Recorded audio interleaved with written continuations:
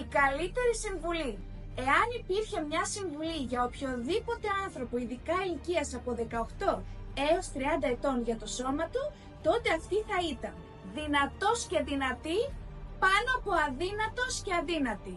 Κατ' επέκταση διατροφή πάνω από θερμίδες. Ο μεγαλύτερος κίνδυνος που διατρέχουν οι περισσότεροι άνθρωποι και κυρίως οι γυναίκες είναι ότι προσπαθούμε να παραμείνουμε αδύνατες και αδύναμες αντί για δυνατές και υγιείς.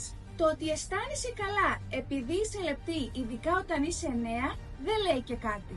Το θέμα είναι ότι η μυϊκή μας μάζα και η οστική μας πυκνότητα διαμορφώνεται έως την ηλικία των 30 ετών. Μύες και οστά αποτελούν το μυοσκελετικό μας σύστημα, το οποίο χρόνο με το χρόνο φθήνει. Πάμε λοιπόν να φροντίσουμε τον εαυτό μας για αυτό που έρχεται χρόνο με το χρόνο, διότι έρχεται. Εάν δεν το έχουμε κάνει ως τώρα, σήμερα είναι η μέρα που πρέπει να ξεκινήσουμε να το φροντίζουμε σε οποιαδήποτε ηλικία και αν είμαστε. Στείλε μου σε προσωπικό μήνυμα τη λέξη δύναμη και θα έρθουμε σε επικοινωνία μαζί σου.